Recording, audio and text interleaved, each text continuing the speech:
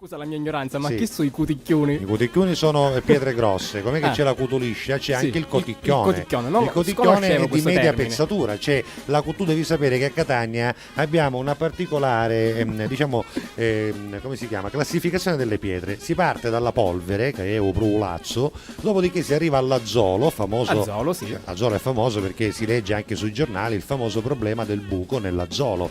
Ma Conosci, no, un'altra Però cosa. i muratori hanno questo grave problema, la mattina arrivano al cantiere, trovano un bottuso da... Ma quella è un'altra cosa, Giuseppe. C'è la piramide No. di Azzolo, no? Dice, ma qui è casa futta Azzolo? Il famoso problema del buco nell'Azzolo. Ogni mattina si verifica nei cantieri catanesi. Poi c'è Apitriccola, che Apitriccola è quella che va nella scarpa, no? Sì. Ognuno di noi ha un sassolino nella scarpa, in una A scarpa voglia. nella nostra vita, no? Che è lì da anni peraltro, Sì, sì, perché sì. lo troviamo ogni volta che ne mettiamo due scappi, c'è, no? Anche perché te ne accorgi che tutti ce l'abbiamo, che capita a volte che parli con qualcuno e improvvisamente picchi e vedi che comincia a tremare, no? Che c'è trema.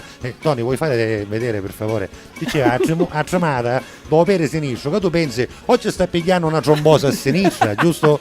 O c'ha un telefonino con un vibracal bestiale, oppure c'è il sassolino nella scarpa, perché il tuo movimento serve Scuote la rallentato. scarpa per Allora, farlo spostare. Immagina il movimento rallentato, giusto? Immaginalo, fai finta che c'è una telecamera all'interno della scarpa. Sì. Cosa succede? Il piede si stacca idealmente dalla suola Esatto. e lascia una camera d'aria tra la pianta del piede e la suola. Esatto. In quella camera d'aria è libera di agire Apitriccola, ovvero il sassolino, il quale col movimento in avanti viene spinto verso l'inizio della scarpa, no? In modo da essere gestito dei ita. Però che succede? Pat, andà un detto narrere, quindi quando appoggio per è sempre al centro, no? È una camorria.